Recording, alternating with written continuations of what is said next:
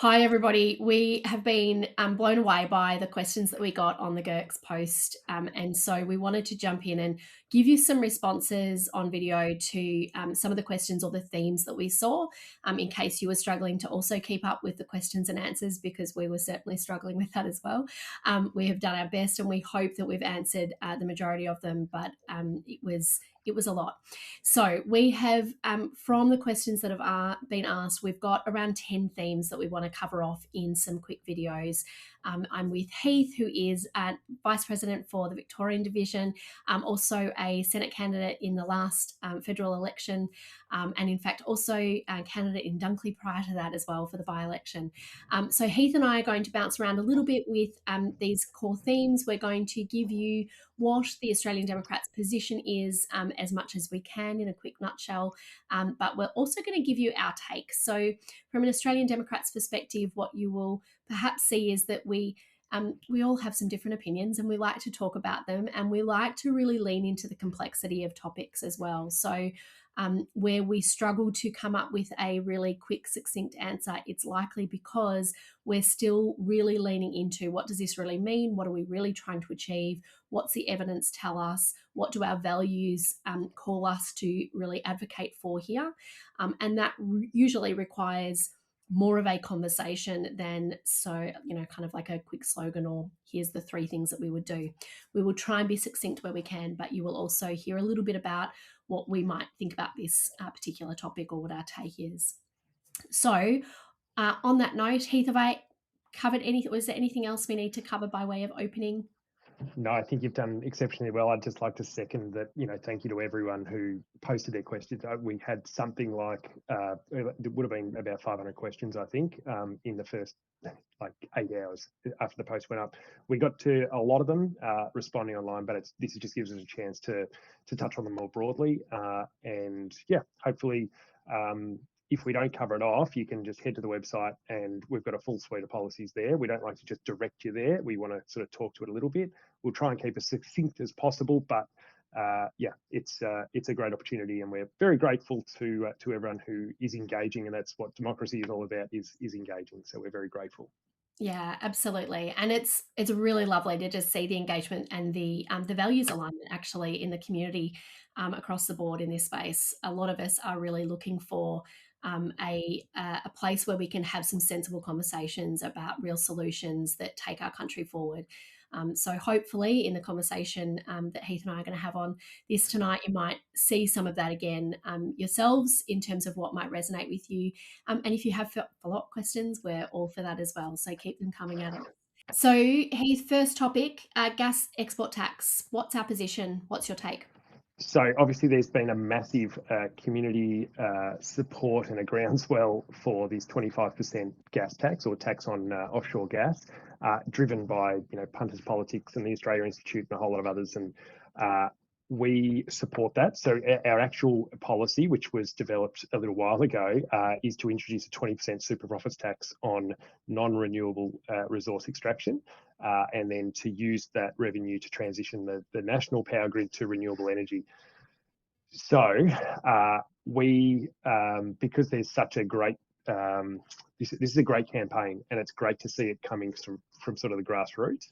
So we have absolutely no dramas with that. So we're going to piggyback that. Whether we'll update our actual policy to match that, I don't know. I don't know if that'll be the case, but yeah, we're absolutely in favour of that, and we'll push for it. It is bonkers to think that we wouldn't try and make money off what is ours, and there are other countries making way more money than us. So this is a no-brainer for us. And yeah, make no mistake, the Australian Democrats would absolutely get behind that one. Excellent. Next one is family violence. So, and I think the question here is around what we might support or amend or implement to ensure there's real change. I'm happy to kick off initially, and again, you can go to our website and have a look at what we're advocating for here. But one of the things that I think is most important is that we are looking at support across the spectrum. So we're looking at supporting those who need to flee family violence and making sure that there are real supports on that front. And actually fund that adequately.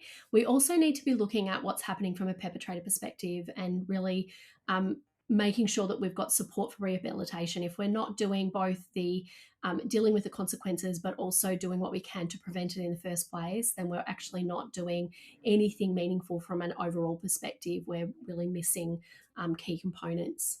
I also really want to call out something here from my perspective, which is I feel like we are, as women, beneficiaries of a movement that has been decades long.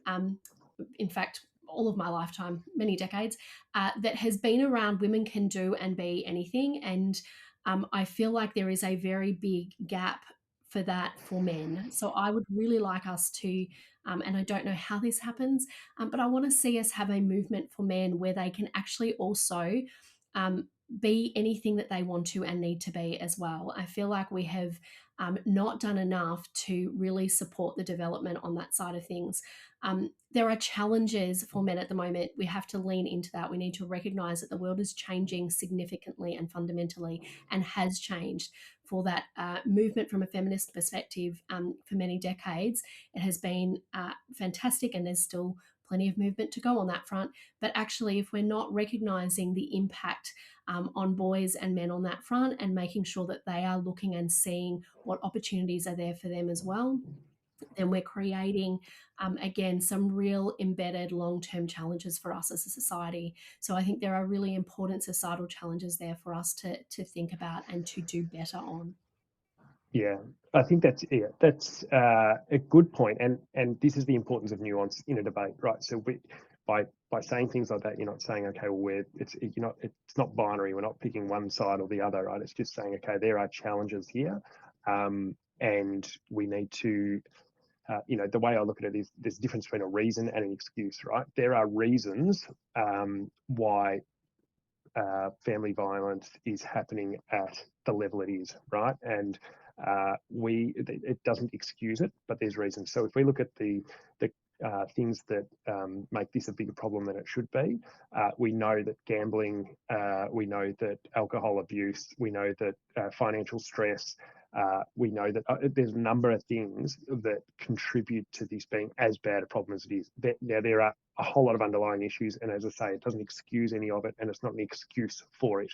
But we need to start going back to the root causes of what causes tension in the household that then leads to these physical altercations, and of course there is financial abuse and verbal abuse and everything in there as well. This is a really complex one. So in terms of our actual policy, so if you have a look at our policy document, you'll see that a lot of it is around taking care of those causes of or the contributing factors, I guess you call them. So tackle the business models that cause or contribute to domestic violence, such as alcohol, gambling, and drug use. Provide adequate funding for services including income support that allow women to separate from abusive relationships. Providing adequate funding for education and rehabilitation services, which touches on that point around, if we have males who or anyone who is conducting themselves in this harmful manner, well, it's not enough to just slap them on the wrist and say, hey, naughty, don't do that. We need to rehabilitate people. We need to educate people. And that's what the Democrats are all about, is coming at this and having really in-depth, complex solutions to what is a very complex problem. We need to adequately fund mental health supports as Yep. well. Like that is such a huge gaping hole, I think, in our system at the moment. So early intervention and greater access to mental health support is vital. And we need to do some thinking and longer term planning on that front as well, because we are still playing catch up in that area, and we've got a long way to go. Yep, absolutely. So moving on to the next question, it is around renewables and net zero. So I guess they're intertwined. These are linked, but they're separate issues. So let's go to the second part of that first around net zero. Leonie, we've got obviously our official platform which we'll run through, but what are your views on the net zero? I just want to stop talking about net zero. I feel like we have spent so long talking about net zero and whether you're for net zero or against net zero, and that has become the debate, as opposed to we are dealing with a climate that is changing. And we need to be thinking long term about how we actually manage for this, how we build better, sustainable communities, how we look after those whose jobs are impacted by climate change, how we deal with the insurance like debacle from a climate change perspective. There is so much that we need to think about in this space that is that we have spent way too much time arguing about net zero as opposed to what are we doing from a renewables perspective? What are we doing to actually help people through this change and bring them with us rather than just argue about what the target is? Can we just agree that we need to make sure that we looking after our communities right now, but actually planning for what our communities are going to look like and need in decades to come from an energy perspective and from a security perspective, actually. I'm kind of just sick of the question about net zero, but that might be just me.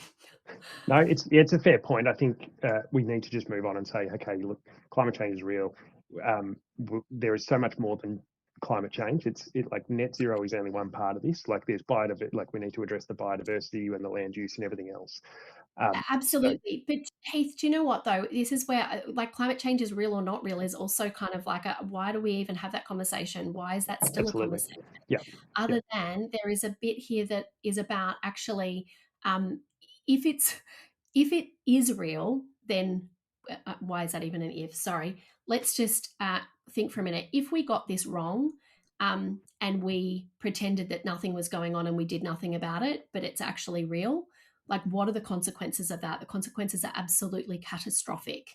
And so if we do not do something about this, then like we're just absolutely putting our heads in the sand and it doesn't work for us. yeah, 100%. So looking at the other part of this, which is and so sorry, we like yeah, we do have policies around this. So I think it probably could be updated. Our policy sort of avoids the net zero thing. We've kind of moved on from that. We're kind of going, okay, let's not get bogged down in this particular debate.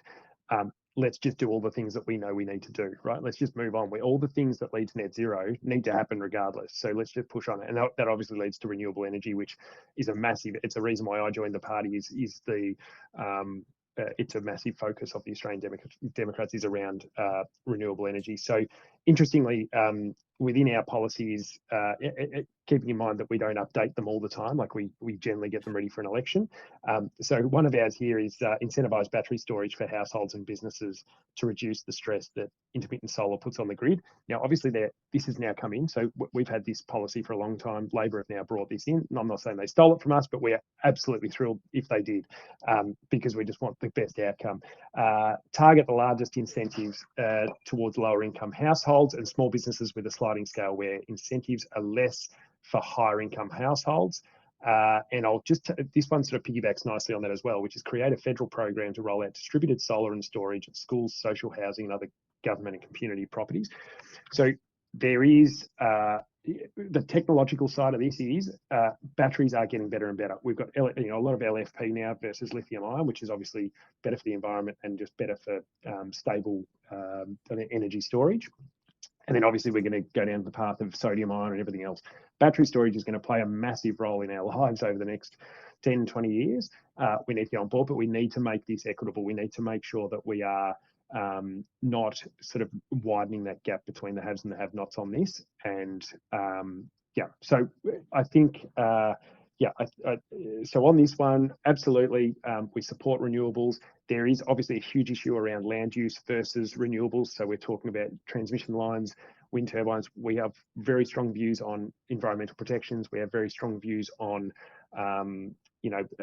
supporting our environment. So there is a really tough task here, but that's around consultation, which I think you'd agree, Leonie, is that we have to consult with people in rural areas and landholders and all the rest of it. Yeah, 100%. And we are, at our core, we are about looking after the people, looking after one another, and looking after the planet. And we have to be able to do both of those.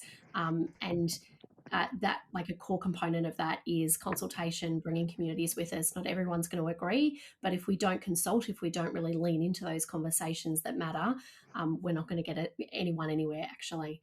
So being really clear on, are we ensuring that we are fully consulting and making sure that people feel heard in their concerns, and that we solve for what we need to on that front as well. Yeah, and I think there's also another part here. Like we talk about AI, and there we're going to have smart grids, right? This is, and we need to be preparing for this. Like AI and just the advances in technology are going to allow us to have such a smart grid and such better ways of doing things, and a really dynamic grid. We need to be ensuring we're actually preparing for those changes and actually flicking the switch on those. And we can only hope that the government is heavily invested and also focused on making that happen, because it's crucial. So yes, suffice to say, the Australian Democrats, absolutely, we want net zero. Absolutely, we are behind renewables, and we want a massive push on that. So And yeah. Heath, at the risk of going on another tangent again on this, can I just also jump in on this and say, when our party was founded in 1977, we were talking about environmental challenges at that time. Like, this is not a new topic. It's certainly not a new topic for the Australian Democrats.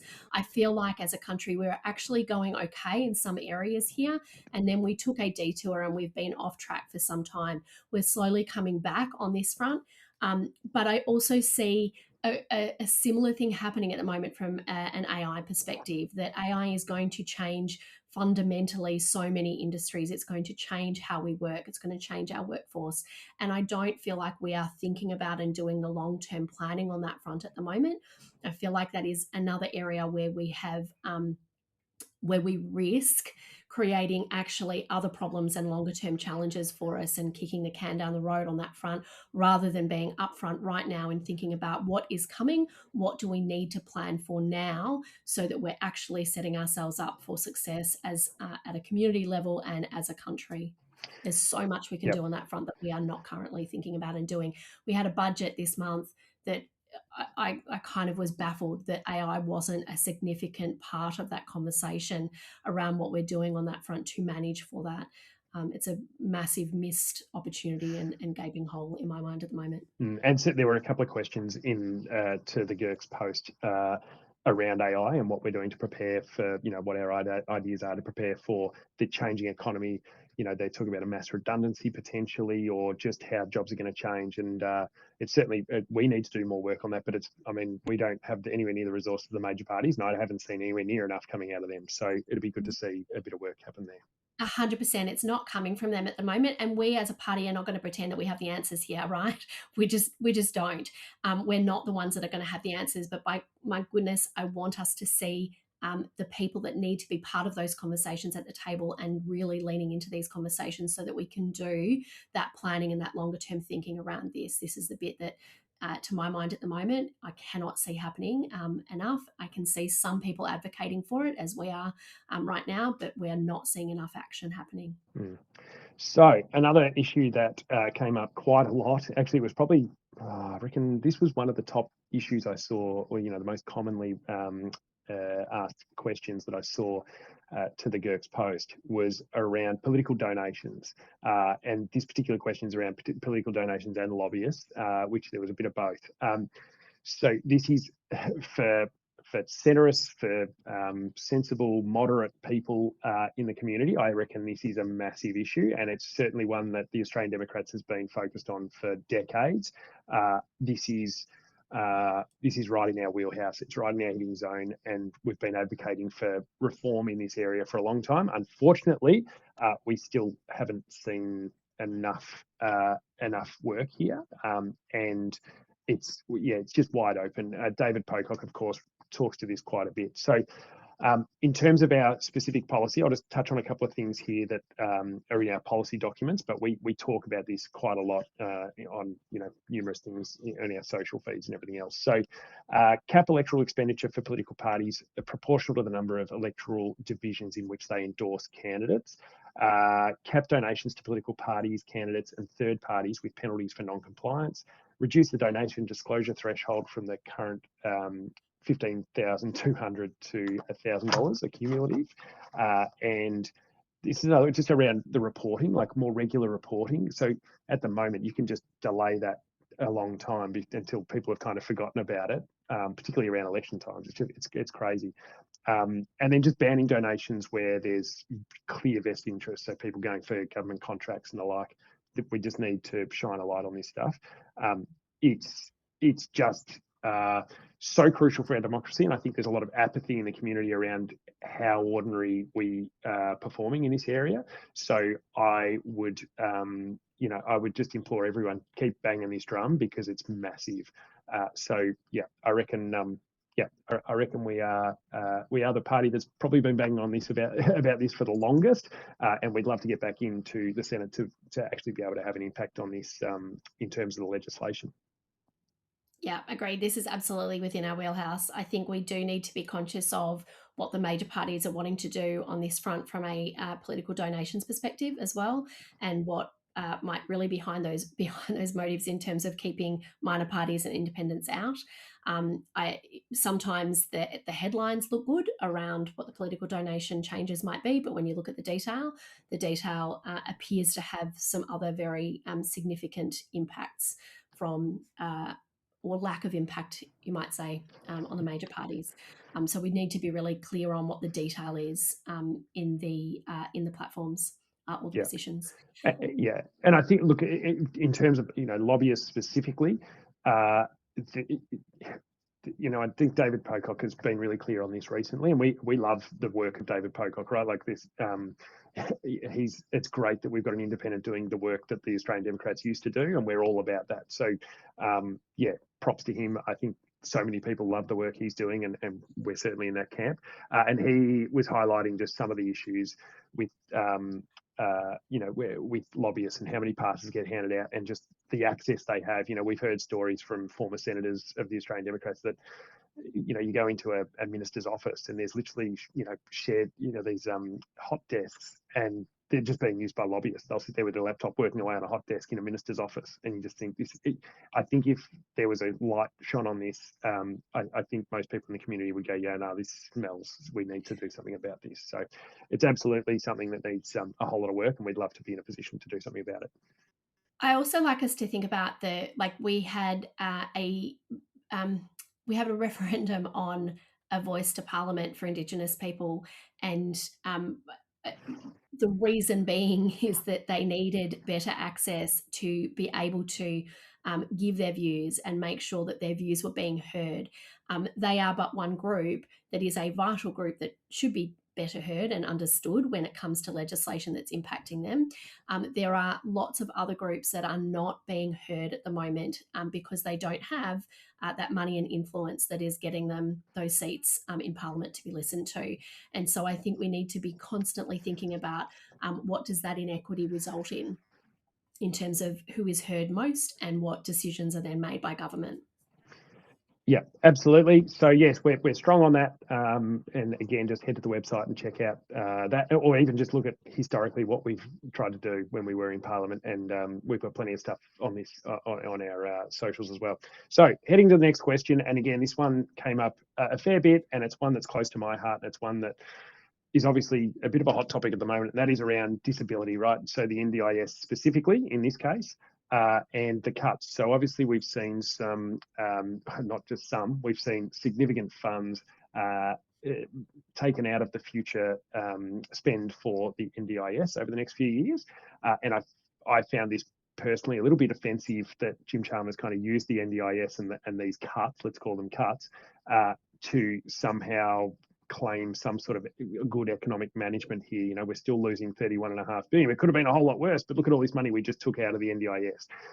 Now, we are all for efficiency in programs like this, but it's really distasteful to use it as just let's slash there and it'll just hide the fact that we're losing money all over the place. Um, we don't have a specific policy on the NDIS as such. We touch on disability and support for people all throughout a whole lot of different policies that we've got. We've a couple of times had a crack at doing the NDIS policy. Problem being, a little while ago, we had Bill Shorten was coming towards doing a whole review and a tinkering with the system, and said let's wait and see what he does, and then we'll do it. Then we start working on it, and then of course now we've seen this slashing in funding. So it's very we advocate for people with disability. We advocate for caring. You know, one of our values that we hold very dearly is around caring for each other. So we absolutely want to do more in this area. Yes, we know we need to make it an efficient system, but this just needs to be something as a nation we commit to. This was a great opportunity for the country. We had bipartisan support. The major parties said, yep, we are both going to support this. And it was a great unifying moment of saying, yep, we care for people. And I feel like the appetite is waning on that. And that is a real concern because I don't think this could ever get too expensive. You know, I know that's a bit of an outlandish statement, but like if we're not going to care for the people who need it most, and that is not just people living with disability, but importantly their carers, so whether they're paid or not, like this is absolutely what communities exist for. This is what society exists for, is to care for those who need our care, right? So make no mistake, the Australian Democrats will fight really hard for those with disability, and importantly, as I said, their carers who just lead such a tough existence a lot of the time with, you know, none of the luxuries and none of the free time that so many others enjoy because they are having to provide that care. So still a lot of work to do here. Yes, we need to find efficiencies, but let's just make the majors back this all the way. Yeah, can I add to that slightly, Heath, which is I think there is a reality of we need to be fiscally responsible, which doesn't mean that we need to cut necessarily, but we do need to make sure that we are being able to fully fund programs for the long term. And I feel like that is another area where we don't do enough work around what is the long-term plan for this from a funding perspective, and how is it funded and where is it being funded by or from. So there is always a link back to how are we taxing, what are we taxing, is that the right mix?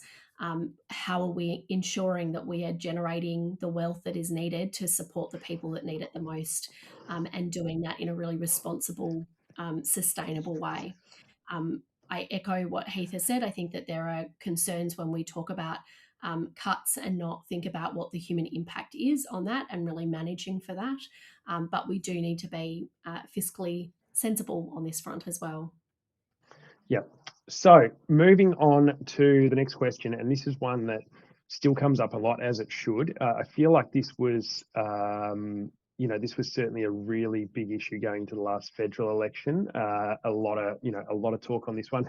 Now that we've got another crisis in the Middle East, it's maybe pushed it off the front pages at times. But we've been asked what our stance is on Israel, or that region. Let's talk about the region, the West Bank, Gaza, Israel conflict, and what policies we would support, amend, implement to ensure real changes. Now, I will say that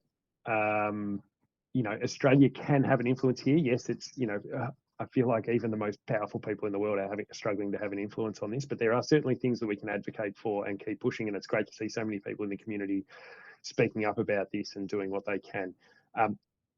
So we do absolutely have points on this in our policies. So I'll run through a couple of them and then we'll talk about just more broadly. So an enduring ceasefire in Gaza, West Bank and Lebanon, granting Palestinian people the right to self-determination and sovereignty over their resources, lifting economic sanctions imposed on Gaza and the West Bank.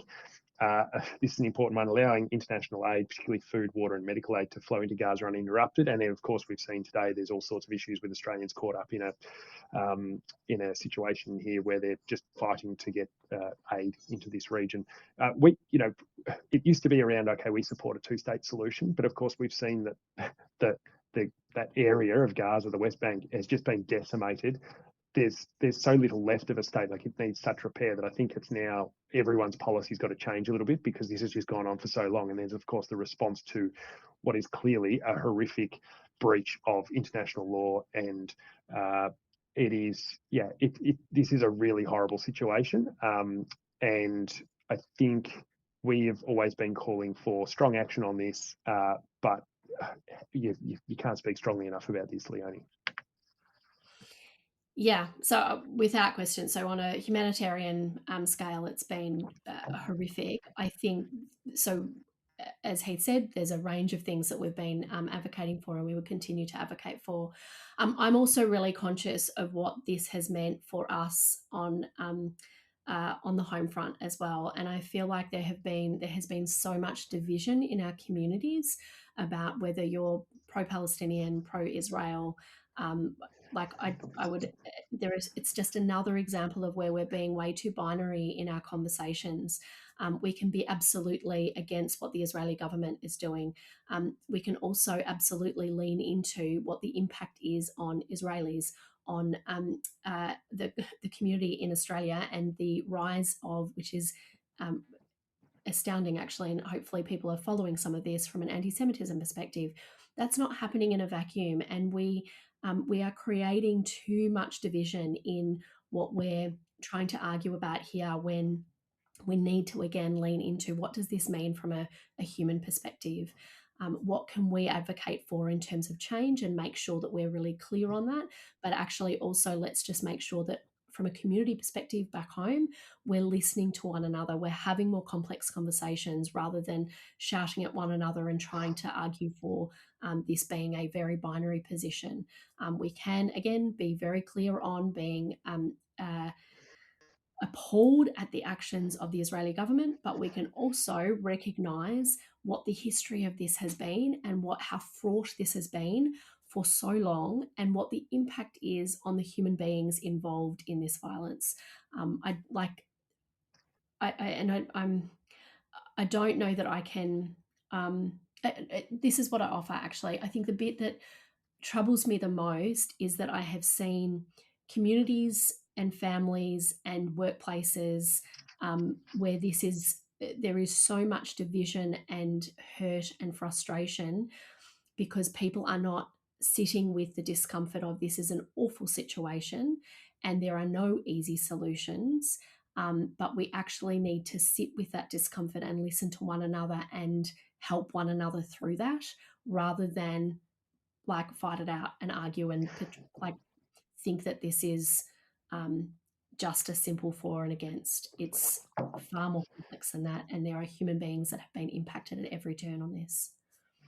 Absolutely. And like, I'm a big one on just nuance in debate, right? Is that, and this is another example of that, where, criticizing the state of Israel does not equal anti-Semitism. Yes, it can lead to that, and we've got to be careful around that. But that's where this nuance, we have to have that separation. We have to have the intelligence and the EQ, the emotional, also the emotional intelligence to be able to deal with these debates, and to be able to separate the two. And we hope that public debate and discourse can improve over time.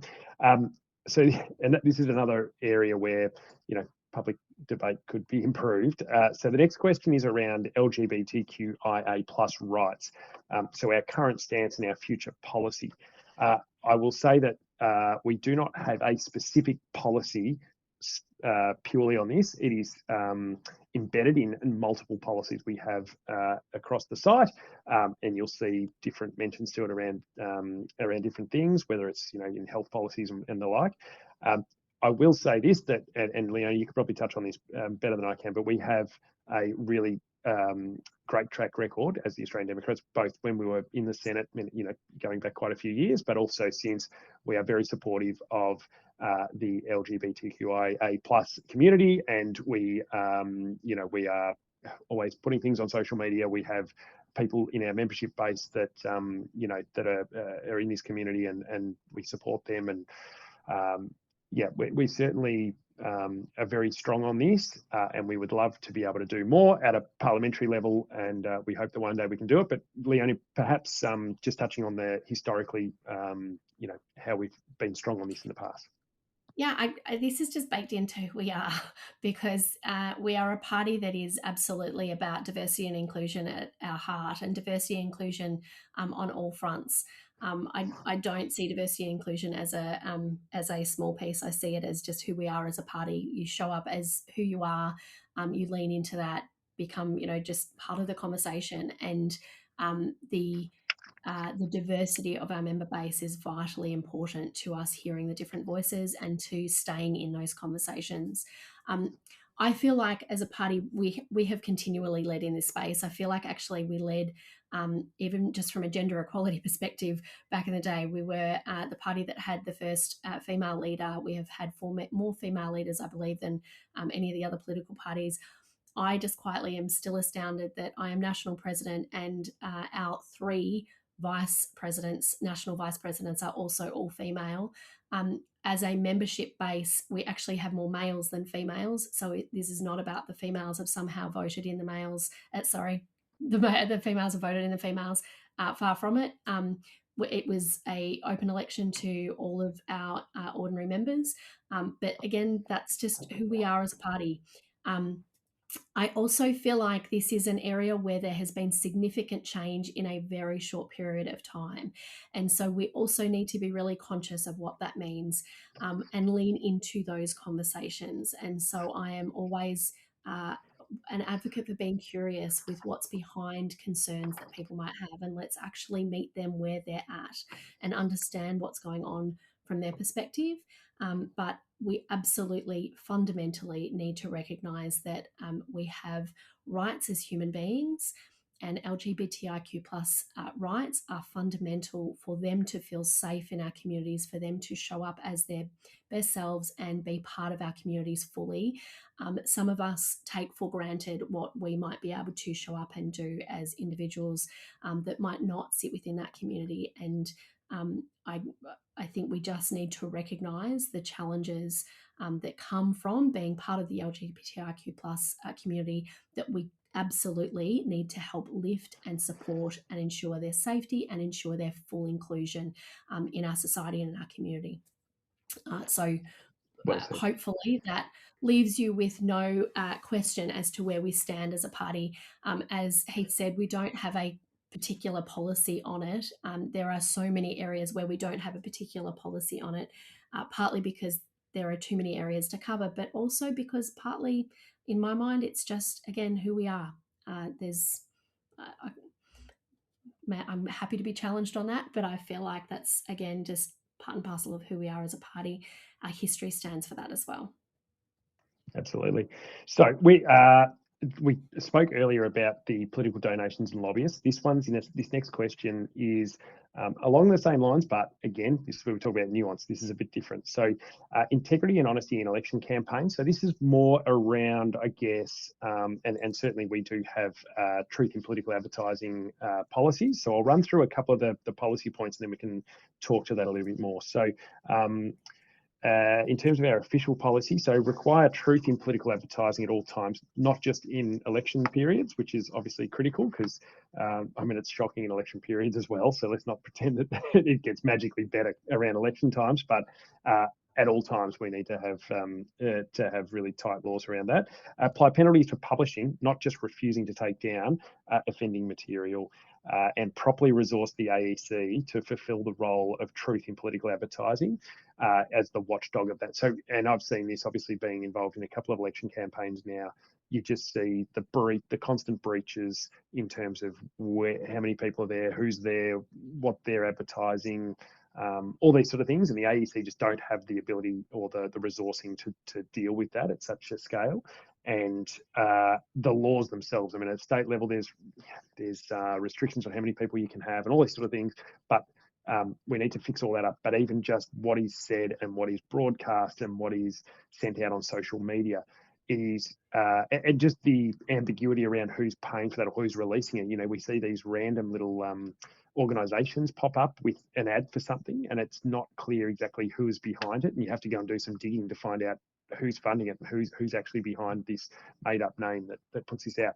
Again, this is another one that erodes our democracy, and there is just not enough focus on it from the community. There are people that bang the drum, and we need them to bang it louder, because people need to understand the impact this is having on the decisions that are made. Like, this isn't just, oh yeah, you might win a few more seats. Like, this leads all the way through to the decisions that are made. We are strong on this. Like, going back to Don Ship's time, this is one of the key things that got him setting up the Australian Democrats. We've been when we were in Parliament, we worked really hard on this, and hopefully, as we get more independents and more minor parties, and maybe some more moderate and rational voices, and people who respect democracy, we will see some change here. I can tell you now, it's not going to come from the major parties, right? That they have a vested interest here. They have a motivation to keep the status quo, because they rely so heavily on the money that is donated. They rely on being able to perpetuate these myths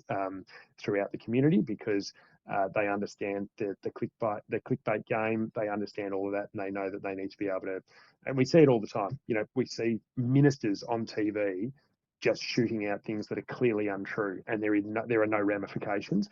We really want to knuckle down on that and take that out of the game, because it's David Spears does an okay job, nothing like Barry Cassidy used to, in calling this out, and even the journalists, they're just not able to. The lies are coming in thick and fast, and they're just not able to deal with it. So absolutely, we will deal with this, and we can't wait till we're in a position where we can do that in a legislation sense. Yep, I've always been about keeping the bastards honest, right? Yep. Absolutely. So, again, head to the website. I will just add, so in Victoria at the moment, this is alarming. We are looking to become registered with the Victorian Electoral Commission so that we can contest the election in November. At the moment, the High Court just last month threw out a whole section of the Electoral Act here in Victoria that dealt with donations and the like. And so at the moment, we actually don't have electoral laws around donations in Victoria. They're madly scrambling. The Labor Party are madly scrambling to put something together ahead of the election. But as it stands, if you've got a few mils laying around, now's your time to influence an election, because it is wide open in Victoria. So this is just another example that the major parties collude on this stuff and just favour themselves in these.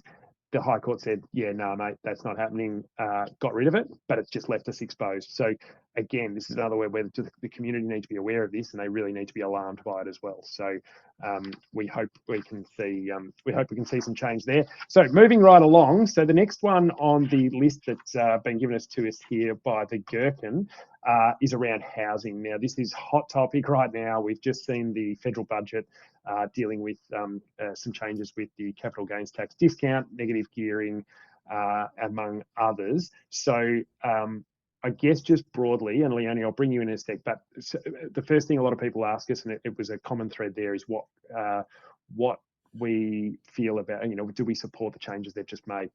There was some poor communication, and it hasn't. We would like significant structural, meaningful tax reform, and we also want it done as part of a plan, right? We want to know, okay, here's where we're heading, here's what we need to do, and here's the staged approach we're going to do. Not just, surprise, it's budget night, we're all of a sudden going to, whip the tablecloth out here. So we support the changes around capital gains tax discount and negative gearing. We have been calling for that. We have it's in our policy, but it needs to be. We'd just like to see part of a broader plan so that we can see, okay, what are the changes, how they're going to impact, and how do we, what's the change to the overall tax base? And let's see it as part of a whole plan. Leonie, perhaps you want to touch on that, and I'll tick through afterwards just a few points on our housing policy as well. So So on I just kind of want to take a step slightly back on this one and say, I feel like if I don't talk about immigration briefly, then there's a piece in this housing question that I'm not leaning into. So I am frustrated at the moment that immigration and housing keep coming up as a conversation. And again, it feels like it's a binary thing, that we're either pro-immigration or we're anti-immigration, which neither is, like, both are kind of ridiculous as a binary argument, right? So my concern from a housing perspective at the moment is we had an area or a period of time where we just weren't planning for this sufficiently, and we are still playing catch up significantly on that front. I think in a similar way, we had immigration that was not being planned for sufficiently, and we are playing catch up on that front as well. We need to have a very long term think about this from a planning perspective, both from a housing perspective, and let's be a little bit more innovative on that front too, actually, but also from an immigration perspective.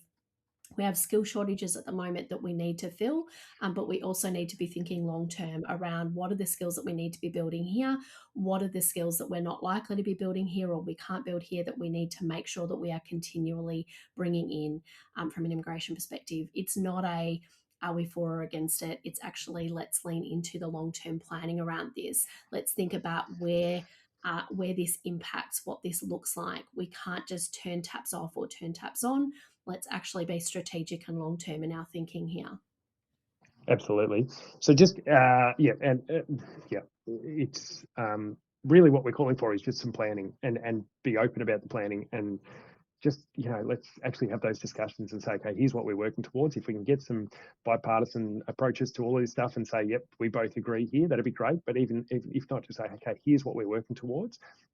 If there's an increase, here's how we're going to stage it and whatever else. So okay, just to Heath, can touch I on a couple. can I Yes. say one other thing? Sorry, and but on this, we often do reviews, right? We spend a hell of a lot of money actually on reviews and commissions of inquiry, and we get recommendations, and then those recommendations often just fall away.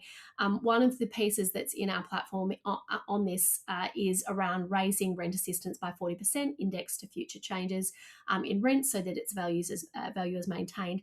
This comes from the Henry Tax Review. It's yet another example of something that has been recommended through long-term thinking and planning in terms of what is required, and yet we then don't implement it. So there are critical pieces. There are so many areas where this is true, where we have spent the money to do the work and think about what's actually required, and then we don't then follow through on those recommendations. Yeah, it's the absence of action on the Henry Tax Review in any sense is, it's a bit like the Murphy report into problem gambling or gambling harm.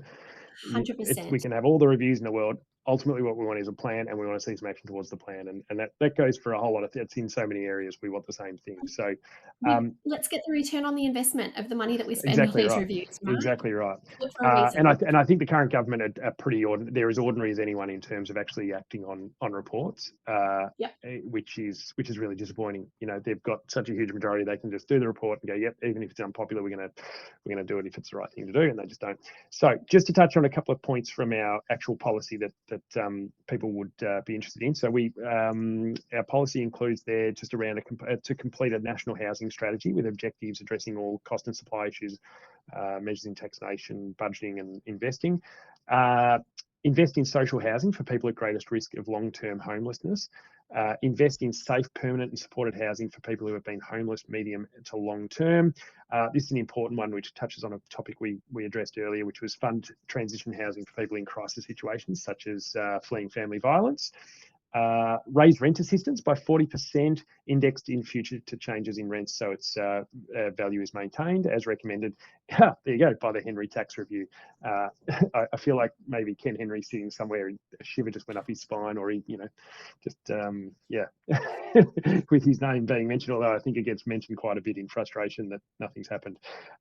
So that's just a sense of where we're going. Obviously, the Australian Democrats are really a lot of the other stuff around our housing plan is to do with what we need to do to change the game here. So it means prefab housing, smaller housing, looking at kind of how we live. People don't like to be told how to live, but we've got these massive houses. How we fundamentally live has changed. We've got these massive houses with 3 lounge rooms and 3 people living in them, whereas once upon a time we had smaller houses, we had more green space, we had more family living with family rather than aged care. There are a whole lot of things here where we need to try and incentivize people to care for those around them. If you've got a big house, yep, let's share it with family who are in need or whatever. But there's a lot of what we talk about is just being smart and going, okay, how do we build houses that are easier, like, looking at not cutting red tape. I really can't stand the term cutting red tape. We need to streamline the processes that lead to approvals, and there's a little bit of that happening, but nowhere near enough. So it's around just being smart. Okay, Leonie, on to the last question, and that is around Medicare. So obviously front of mind for so many people, health is a huge part of the economy and a huge part of the budget, and front of mind for so many people because obviously it's fundamental to society that we look after people when they're in need and when they're sick, and have the services available to us. So what changes do we propose to the current system, and how would it further help Australians compared to what is currently there? So we've got quite an extensive policy here, and we tried to cut out a whole lot of bits, and it was just not going to work. So I just want to focus on one, which is address medical workforce shortages, especially GPs and doctors in rural areas, and increase rebates for longer consultations to improve quality of care. Leonie, if you want to touch on that one, because as I say, there's a whole lot more there, and we'd implore you to go to the website, but just touch on that particular point. Yeah, so from a holistic perspective, we need to be thinking about how we fund what matters and fund so that people are living in a healthy way, right? And our Medicare system is pretty stretched in so many ways at the moment. But what I look at from an equity perspective, a health equity perspective, is that our rural areas are not getting the support that they need. And this is multifaceted. It is not just about Medicare. It is also about skills. It is also about making sure that we're getting or making it a really exciting prospect to be working in these rural areas, which can sometimes be really lonely and challenging for practitioners. So it's multifaceted. We need to be thinking about this holistically, but we do need to be thinking about it from a health equity perspective, and making sure that we're not leaving people behind in areas because they can't access the support that they need.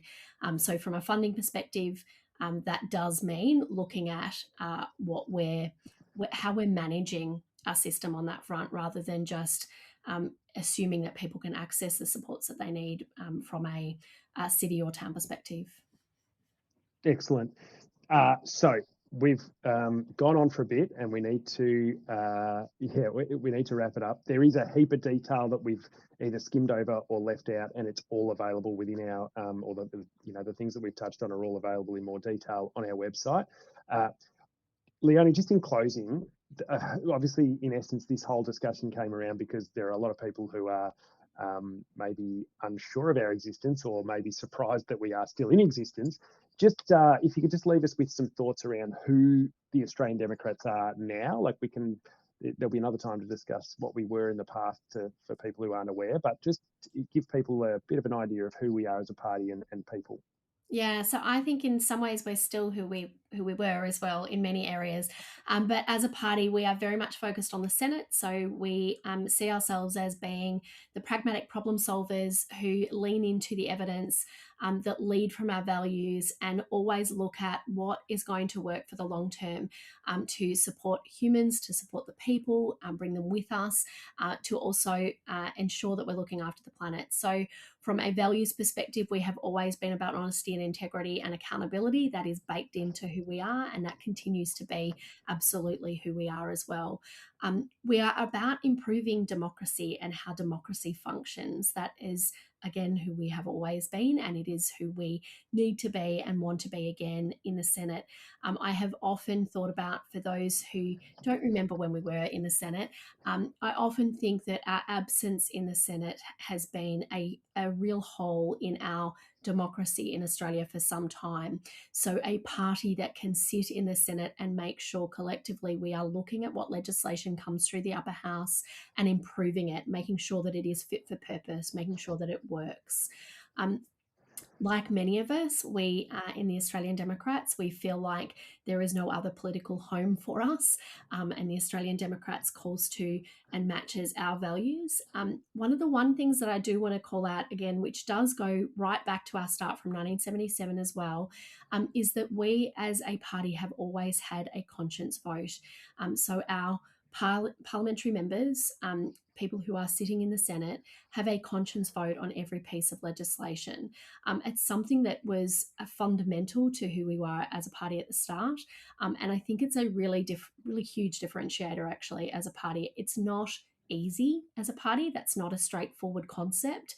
It's vital that, therefore, our parliamentary members are absolutely values aligned to who we are as a party and what we're about. But it is a really important part of how democracy should function. What I see happening from a community independence perspective in the lower house is this piece around leaning into what are the constituents calling on us to do? What are the people that we're there to represent asking us to represent for them in Parliament?